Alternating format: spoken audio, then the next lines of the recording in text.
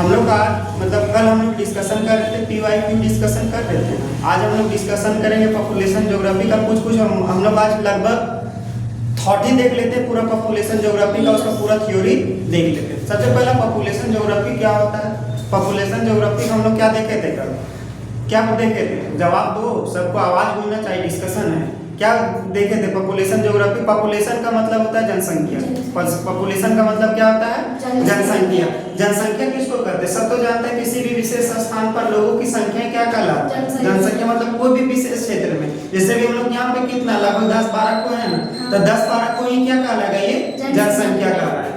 यहाँ तक दिक्कत नहीं है। अब चलो, सबसे पहला आता है कि पॉपुलेशन शब्द का पहला प्रयोग कौन किया था? बेकन कौन है? फ्रांसीसी बेकन। कौन किया था? फ्रांसीसी बेकन। लेकिन वर्तमान समय में पॉपुलेशन शब्द का कोई भी ऐसा कोई खास शब्द या खास कोई डिटेल डिफिनेशन नहीं मिलता। बस ये याद रख लेना कि फ्रांसीसी बेकन ने क्या किया था?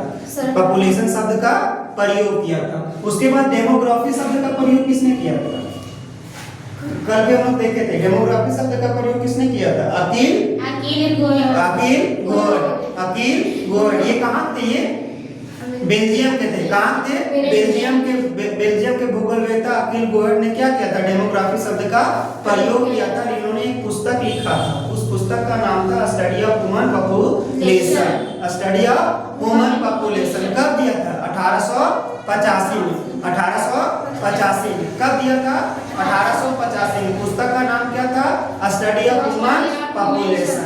Study of human population. यहाँ तक कोई दिक्कत? फिर हम लोग एक बार पॉपुलेशन शब्द दिया कौन था? फ्रांसीसी बेकन। जबकि डेमोग्राफी शब्द किसने दिया था? अकील गोयड। इन्होंने एक पुस्तक दिया, पुस्तक का नाम क्या था? स्टडी ऑफ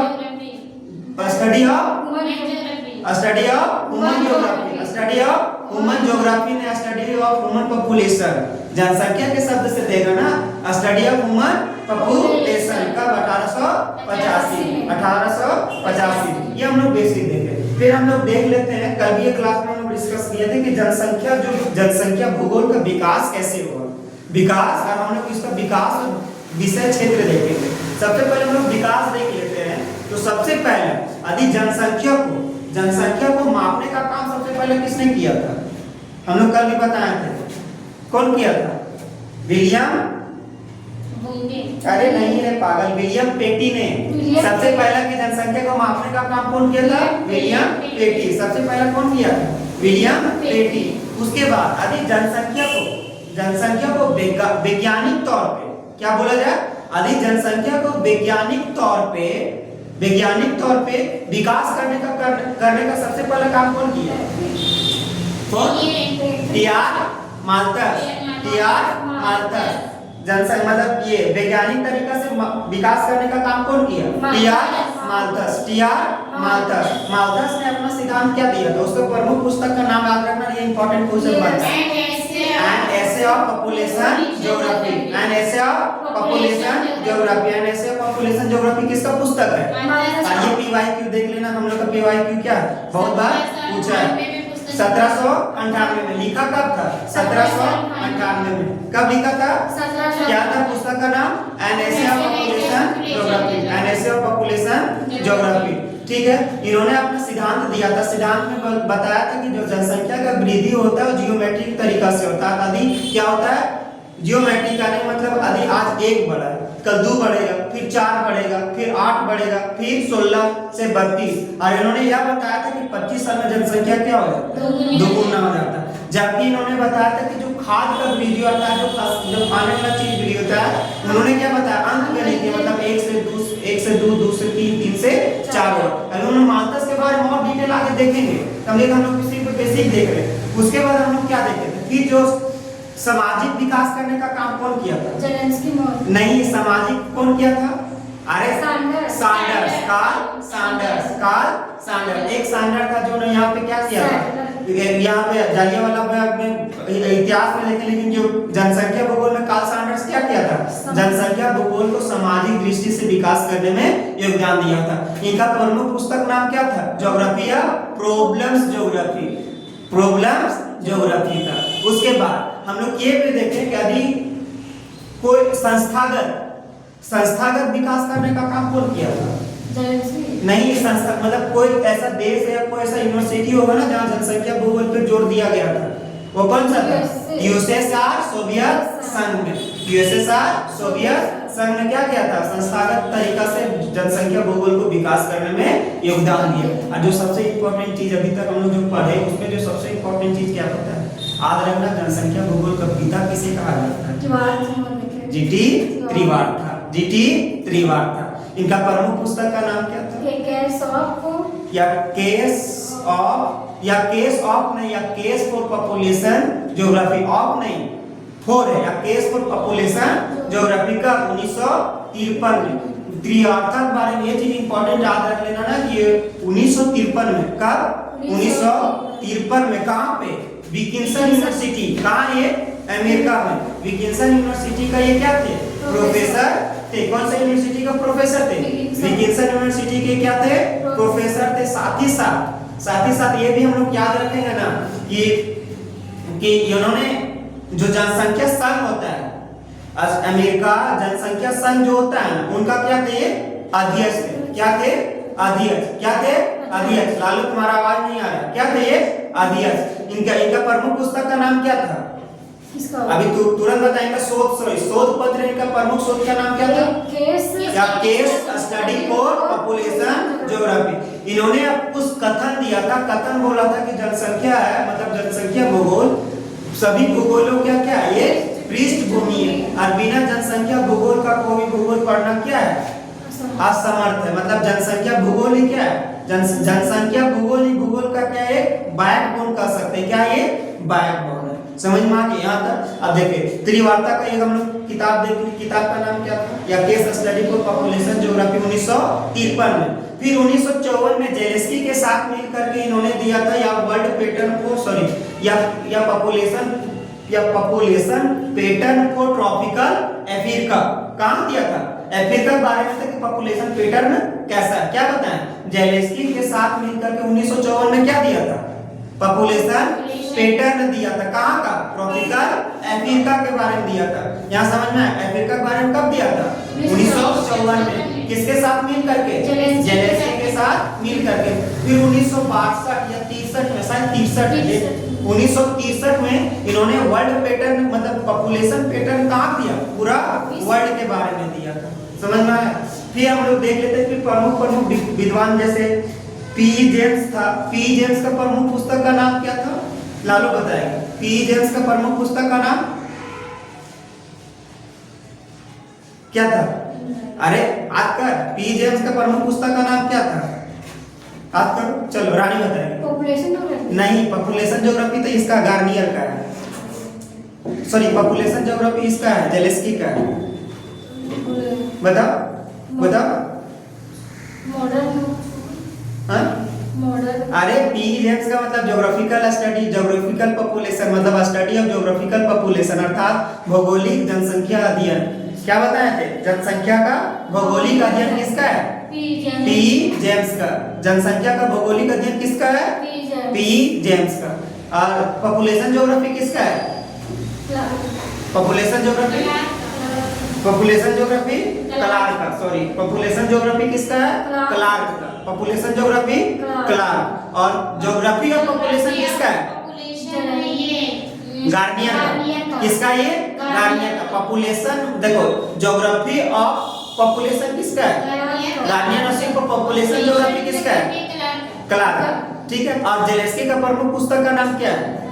या प्रोलॉग टू पॉपुलेशन ज्योग्राफी। या प्रोलॉग टू पॉपुलेशन ज्योग्राफी किसका है? जेलेस्की का। Prologue to population geography.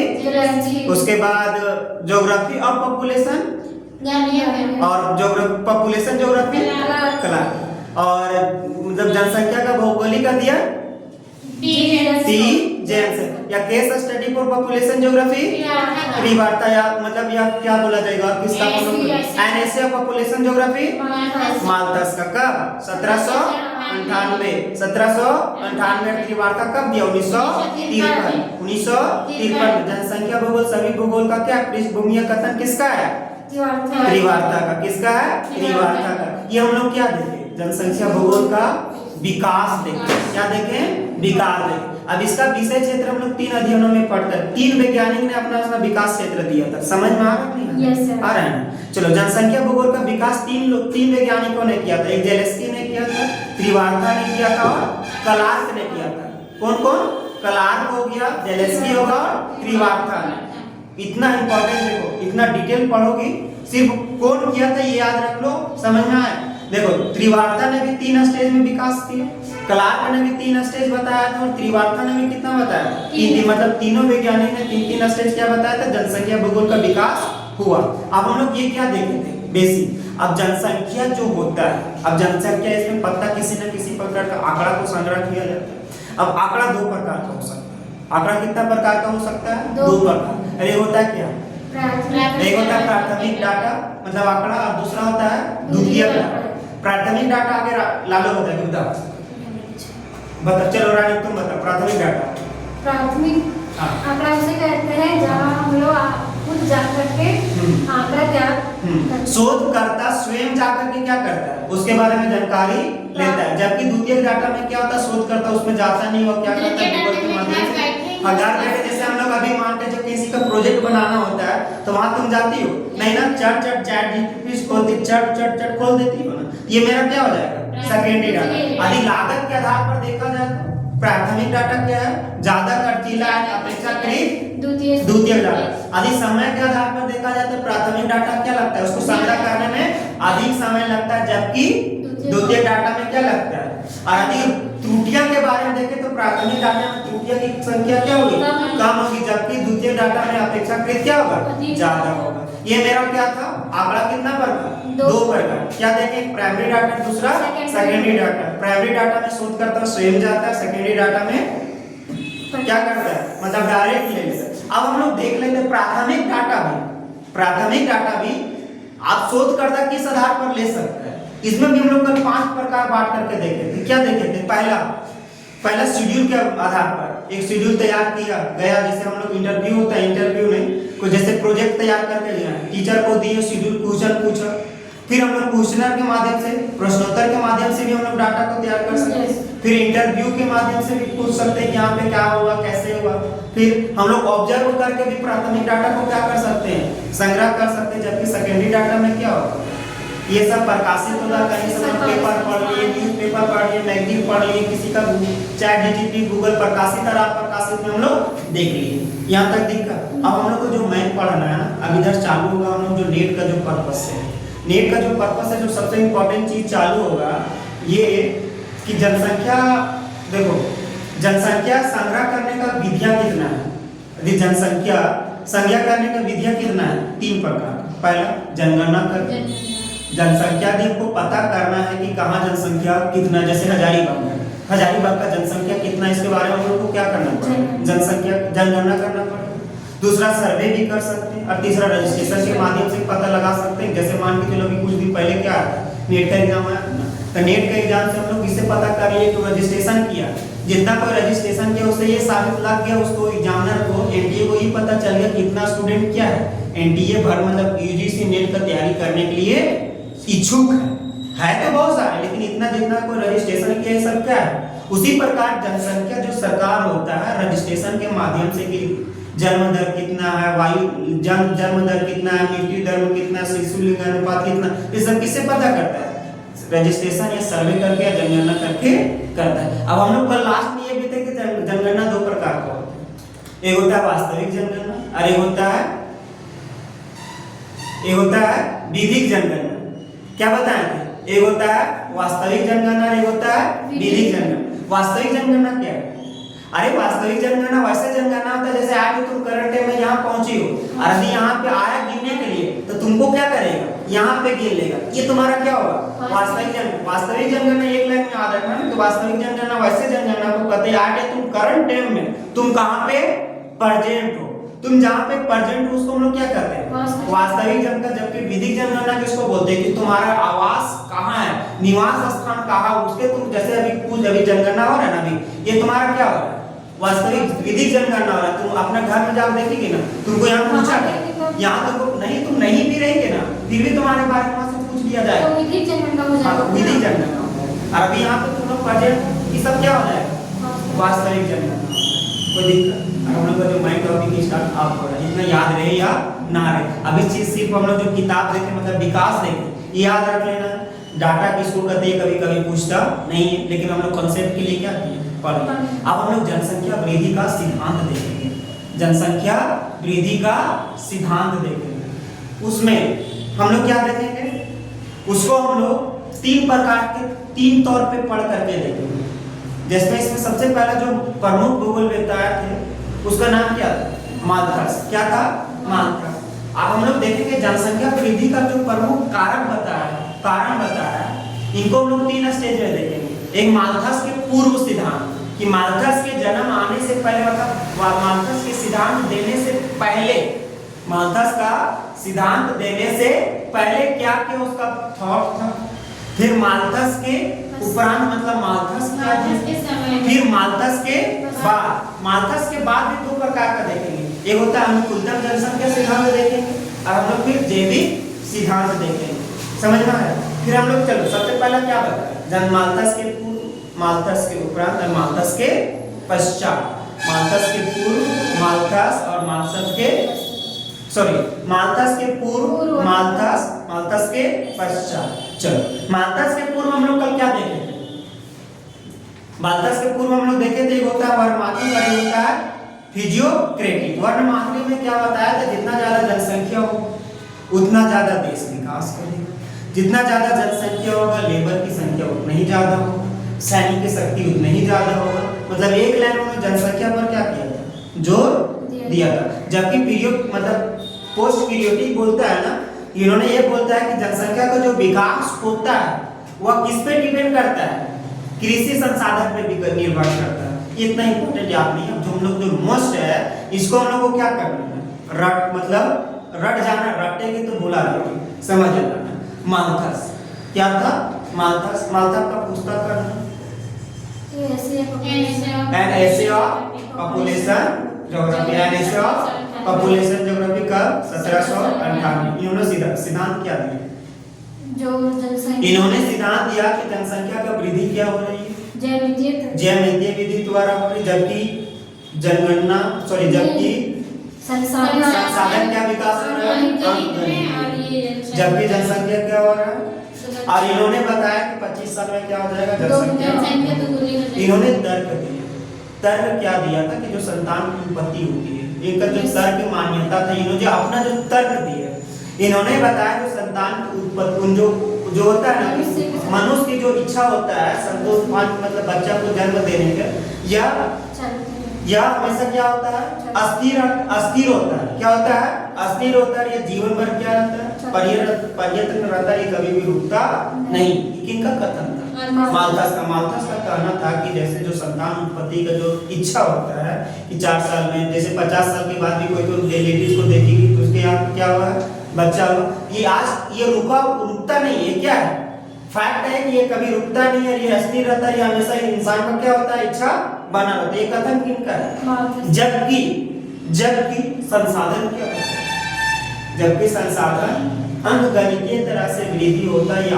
आज से कल से परसों ये नया फर्टिलिटी नया के साथ कभी भी विकास नहीं होता है। समझ में आया?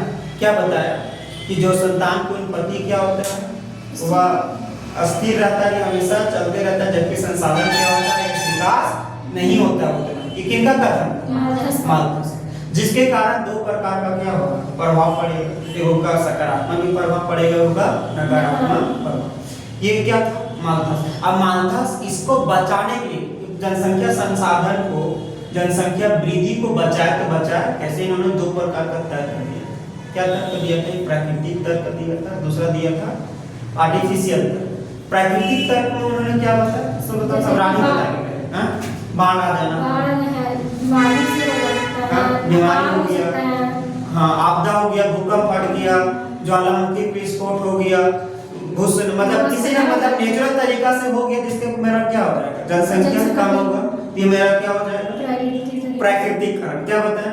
भूखमरी आ जाना, भूखमरी के कारण से जनसंख्या में कमी होगा कि नहीं आएगा, बच्चा मरेगा भूखमरी से, जनसंख्या में कमी आएगा। दूसरा क्या बताया? कृत्रिम में सबसे पहले प्राकृतिक में बता क्या था, प्राकृतिक में जितना भी नेचुरल चीज आता है, एक चीज में याद रखना, जितना भी नेचुरल चीज आता है जिससे हमारा जनसंख्या में क्या कमी हो तो ये क्या कहलाएगा? प्राकृतिक कारक। और दूसरा कारक कृत्रिम कारक उसने बताया कि ब्रह्मचारी का पालन कम मतलब अधिक एज में विवाह करो, ठीक है। फिर परिवार नियोजन बनाओ। और इन्होंने क्या बताया था? लेकिन इन्होंने ये भी जरूर बताया था कि जो गर्भपात होता है उन्होंने गर्भपात पे क्या किया था? प्रतिबंध लगाया था कि इसमें गर्भपात करना क्या है? कानूनन अपराध। और यही आगे चल करके क्या बना? माल्थस का आलोचना का कारण। जो माल्थस का जो सिद्धांत था वो आशावादी नहीं था, जबकि क्या निराशावादी था। माल्थस का सिद्धांत का आलोचना का पीछे कारण क्या बताया? इन्होंने बताया जो संतान की उत्पत्ति होता है वह सिर्फ संसाधन का प्रयोग के मतलब हमेशा नकारात्मक प्रभाव नहीं हो सकता, हमेशा क्या हो सकता है? कभी कभी सकारात्मक प्रभाव भी हो सकता है। जबकि इनका आलोचना का दूसरा कारण यह भी बताया कि माल्थस ने बताया कि जो संसाधन की वृद्धि तेज गति से नहीं हो रही है, दुनिया मतलब इंडस्ट्री मतलब दुनिया पर मतलब क्या बोला जाए, इतना विकास करने के बावजूद नया नया तरीका से हम लोग फसल का उत्पादन नहीं करते। इन्होंने क्या बना था? आलोचना का कारण बना कि अनुकूलतम जनसंख्या सिद्धांत है ना, अनुकूलतम जनसंख्या सिद्धांत यही बताया ना कि जो जनसंख्या का जो वृद्धि होता है वो हमेशा क्या होता है? नकारात्मक नहीं हो सकता है, किसी कभी कभी क्या हो सकता है? कभी कभी सकारात्मक भी हो सकता है। जैसे हम समझाते हैं तुम लोगों को, मान लेते हैं कि कोई ऐसा क्षेत्र है वहाँ का संसाधन परिपूर्ण है, ठीक है, बहुत ज्यादा संसाधन, लेकिन वहाँ का लोग क्या है? बहुत कम। वहाँ पे लोग क्या है? बहुत कम है। तो वहाँ संसाधन मतलब वो तो संसाधन नष्ट बर्बाद हो कि नहीं होगा। और कभी कभी नकारात्मक प्रभाव भी पड़ता है। नकारात्मक प्रभाव ये पड़ता है कि संसाधन बहुत कम है और जनसंख्या अधिक है। और माल्थस का मोस्ट इम्पोर्टेंट चीज क्या पता है? माल्थस ने पृथ्वी को एक क्या बताया? खाने का मेज का आकृति बताया कि बिन बुनाए आओगे तब बिना खाए जाओ। ये किनका कथन किसका? माल्थस का। ये विवाही क्या है कि माल्थस का कथन था कि पृथ्वी क्या एक मेज की आकृति है। क्या है? मेज की आकृति है। बिन बुलावे आओगे भूखे चला जाओगे। एक इनका था माल्थस का सिद्धांत। माल्थस का थ्योरी कभी छूटेगा? अगर माल्थस से पूछना, आप देख लो, विश्वास नहीं तो तुम घर कर देख लो, हर कोई ऐसा सेट नहीं होगा जहां माल्थस का क्वेश्चन नहीं होगा। कोई भी सेट उठा कर लो, एक नहीं वो क्वेश्चन माल्थस का रहेगा ही रहेगा। पहले वहां 16-17 से पहले तो नहीं पूछता था, लेकिन जब से 2020 से माल्थस का हर एक क्वेश्चन क्या रहता है? इंपॉर्टेंट क्वेश्चन देता ही देता है। अब हम लोग माल्थस के बाद देखेंगे। माल्थस के बाद में हम लोग क्या देखेंगे? अनुकूलतम जनसंख्या सिद्धांत। अनुकूलतम जनसंख्या सिद्धांत दिया किसने? बस देखो, जो दिया वो याद रखो। दिया कौन है? एडविन केरी। फिर हम लोग देखते हैं जैविक सिद्धांत। किसका देखेंगे? जैविक सिद्धांत। अब जैविक सिद्धांत में हम लोग 5 लोग आदमी क्या करेंगे? कितना आदमी का करेंगे? 5 लोग। 5 आदमी के नाम बताते। पहला सेल्डर का बताओ। नहीं, सेल्डर का क्या था सिद्धांत? और जो पांचों आदमी है ना जैविक सिद्धांत में पांचों जो कौन थॉट दिया, क्या क्या सिद्धांत दिए, क्वेश्चन क्या है? पीवाई क्यों है? सेल्डर ने क्या दिया था? सेल्डर ने घनत्व प्रजनन सिद्धांत दिया था। घनत्व प्रजनन सिद्धांत किसके द्वारा दिया गया है? सेल्डर द्वारा। पीवाई क्यों है कि नहीं है? तो ये सब देखो, क्वेश्चन कहीं बाहर से नहीं जाता है, क्वेश्चन टॉपिक से ही आता है। बस हम लोग क्या करते हैं? पकड़ नहीं पाते। तो सेल्डर घनत्व प्रजनन सिद्धांत किसका है? सेडलर का। किसका है? सेडलर का। फिर बता दो याहर सिद्धांत किसका है?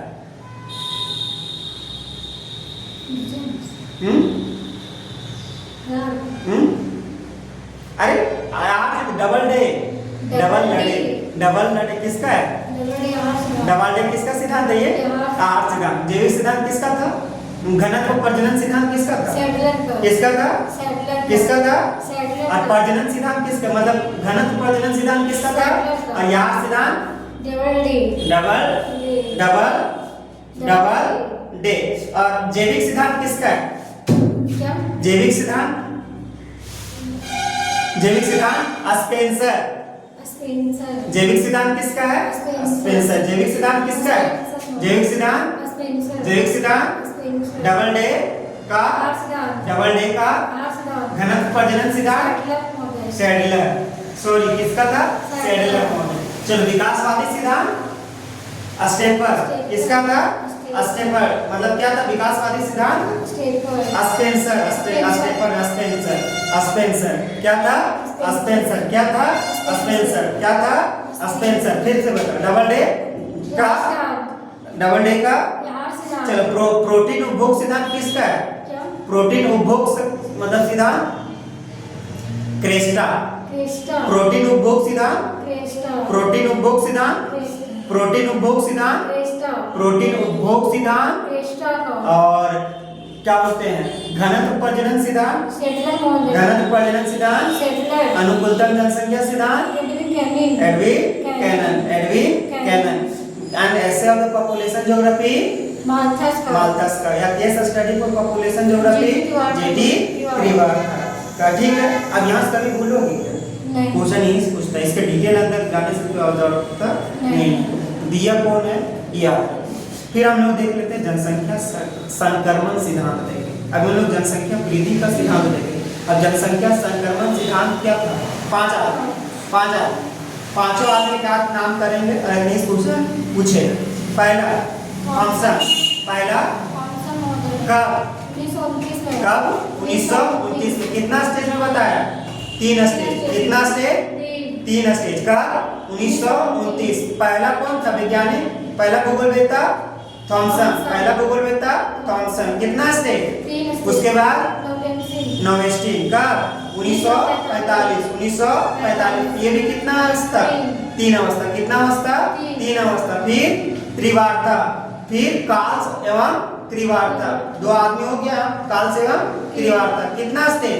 4 स्टेज। त्रिवार्ता 4 स्टेज। त्रिवार्ता 4 त्रिवार्ता 4 नेवेस्टीन 3 थॉमसन और 5 स्टेज में बांटने का काम कौन किया था? ब्लेकर महोदय। कौन किया था? ब्लेकर महोदय। क्या बताया था?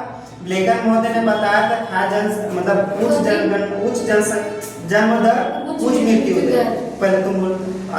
हाँ बोलो। एक ही गाना चल कोई आज कर लेगा। ठीक है, चलो यहाँ तक कोई दिक्कत नहीं ना सबका? फिर हम लोग देख लेते हैं फिर द्वितीय जनक्रमण सिद्धांत कौन दिया था? वैन डी का द्वितीय मतलब द्वितीय जनसंख्या सिद्धांत कौन दिया था? वैन डी का। अब हम लोग क्या पढ़ना है इसके अंदर? क्लिनिक पढ़ने की जरूरत नहीं है। जो हम लोग एक लास्ट टॉपिक पढ़ रहे हैं, पढ़ना तो बहुत है। आज के लिए हम लोग जो लास्ट टॉपिक पढ़ रहे हैं, फिर हम लोग अगला देखेंगे, डिस्कशन करेंगे कल। आज का जो हम लोग का टॉपिक क्या पता है? प्रवास। प्रवास किसको कहते हैं? जनसंख्या में प्रवास किसको कहते हैं? चलो, किसी स्थान से एक स्थान से दूसरे स्थान स्थानांतरित हो जाना ही हो जाने क्या कहलाता है? प्रवास कहलाता है। प्रवास दो कारण से हो सकता है। एक होता है पुश कारक और एक होता है पुश फैक्टर या पुल फैक्टर। पुश फैक्टर क्या हो रहा है? जबरदस्ती तुम यहाँ से मजबूर होकर के जा रही है। प्रतिकर्षण और होता है अत्कर्षण मतलब आ रही है। जैसे यहाँ पे तुम ट्यूशन आई, तुम्हारा क्या है? पुल फैक्टर। पुश फैक्टर नहीं, पुल फैक्टर की यहाँ पे क्या हो रहा है? डिस्कशन हो रहा है। हम लोग ज्योग्राफी का नेट का क्या कर रहे हैं? तैयारी कर रहे हैं। यहाँ पे क्या कर तुम्हें आकर्षित हो रही है, जबकि पुश फैक्टर तुमको जबरदस्ती यहाँ से धकेला जाए। जैसे बड़का गाँव समझाते हैं, बड़का गाँव में क्या वहाँ पे कंपनी आ जा रहा है। अब कंपनी वाला आदमी को तो सबको तो उठा ले, अब आदमी को सबको उठा लेगा तो जबरदस्ती तो भागना ही पड़ेगा। तो क्या होता है? उस फैक्टर की जबरदस्ती तुमको वहाँ से धकेला जाए। अब प्रवास से संबंधित जो सिद्धांत ये याद रखना। ठीक है, प्रवास संबंधित जो सिद्धांत दिया हुआ याद रखना। बाद की इधर आज रखो या ना रखो। प्रवास किसको कहते हैं? डिफिनेशन कभी जीवन में पूछेगा नहीं। प्रवास होता है क्या सर? जन्म दर माइनस मृत्यु दर प्लस में अप्रवास कितना को यहाँ पे है, उसी को क्या करते हैं? वास्तविक जनसंख्या करते हैं। क्या कहते हैं? वास्तविक जनसंख्या का फॉर्मूला पूछ क्या हो जाएगा? जन्म दर माइनस मृत्यु दर बटा जन्म दर माइनस मृत्यु दर प्लस अप्रवासन की यहाँ पे तुम्हारा कितना वास्तविक जनसंख्या का आएगा? तुम कितना वास्तविक जनसंख्या यहाँ पे प्रेजेंट हो। समझ में क्या बताया? जन्म दर माइनस मृत्यु दर प्लस अप्रवासन मतलब तुम यहाँ पे कितना प्रेजेंट हो। प्रवास के संबंधित कुछ प्रमुख सिद्धांत ये हम लोग को पढ़ना बहुत जरूरी है, याद रखना बहुत जरूरी है। याद नहीं रखोगे तो हम लोग को क्या होता है? अच्छा, प्रवास कटिबंधीय सिद्धांत किसने दिया? Griffith Taylor. प्रवास का टिप्पणी सिद्धांत किसने दिया था? Griffith Taylor. प्रवास देखो, प्रवास का कई कारण हो सकता है। यदि हम लोग यहाँ से जा रहे हैं, सिर्फ जरूरी नहीं कुछ प्रकार, दो प्रकार का भी हो सकता है, प्राकृतिक हो गया, नेचुरल हो गया, भूकंप आ गया, आपदा हो गया, तो तुम यहाँ से जाओ, ये तुम्हारा क्या होगा, ये सब डिटेल इतना तो सब जानते ही है, हम लोग सबको जानते ही है। अब इसका जो संबंधित जो सिद्धांत हो याद रखना, अरे बिना सिद्धांत याद कर ले जाओगे दिख जाओगे क्या होगा, पछतावा। और यहाँ से क्वेश्चन 100% रहेगा। जैसे रेवेस्टिंग का प्रवास सिद्धांत, रेवेस्टिंग का प्रवास सिद्धांत, गुरुत्व सिद्धांत किसका है? रेली का। गुरुत्व सिद्धांत रेली में होता है, सॉरी गुरुत्व सिद्धांत रेली, प्रवास सिद्धांत रेवेस्टिंग, प्रवास सिद्धांत रेवेस्टिंग, गुरुत्व सिद्धांत रेली, गुरुत्व सिद्धांत और पता है गुरुत्व सिद्धांत को फुटकर सिद्धांत भी बोला जाता है। फुटकर क्या होता है, इसको बोला जाता है फुटकर। फिर बता न्यूनतम प्रवास सिद्धांत, जेके जी, न्यूनतम प्रवास सिद्धांत जेके जी, न्यूनतम प्रवास सिद्धांत जेके जी, न्यूनतम प्रवास सिद्धांत कहाँ चली गई? चलो न्यूनतम प्रवास सिद्धांत जेके जी, न्यूनतम प्रवास सिद्धांत जेके जी, प्रवास सिद्धांत और गुरुत्व सिद्धांत और फुटकर सिद्धांत और न्यूनतम प्रयास सिद्धांत, न्यूनतम प्रयास सिद्धांत, मध्यवर्ती अवसर सिद्धांत, स्टॉपर मध्यवर्ती अवसर सिद्धांत, स्टॉपर मॉडल, मध्यवर्ती अवसर सिद्धांत, प्रतियोगी प्रवास सिद्धांत, ये भी स्टॉपर। मतलब बीच बीच में भी कंपटीशन होता है तो हम लोग देखते नहीं हो, आदत लगा तो मेरी यार कुछ हो रहा है। जैसे हम लोग मैं मान लेते हैं कि कहीं रोड में जाते रहते हैं और देखे कहीं क्रिकेट या फुटबॉल मैच होते रहता है, फुटबॉल में तो होता नहीं रूम में, क्रिकेट मैच होता है तो हम लोग करके 2-4 मिनट क्या लेते हैं, तब कंपटीशन हो रहा है, स्टॉपर क्या करेगा, प्रतियोगिता में जाकर के स्टॉप कर जाएगा। ये आप करने का क्या था एक तरीका। फिर पुश पुल थ्योरी किसने दिया? ली मॉडल। पुश पुल थ्योरी किसने दिया? ली मॉडल। व्यवहारिक सिद्धांत, व्यवहारिक सिद्धांत और गति सिस्टम संक्रमण सिद्धांत, गति सिस्टम सिद्धांत,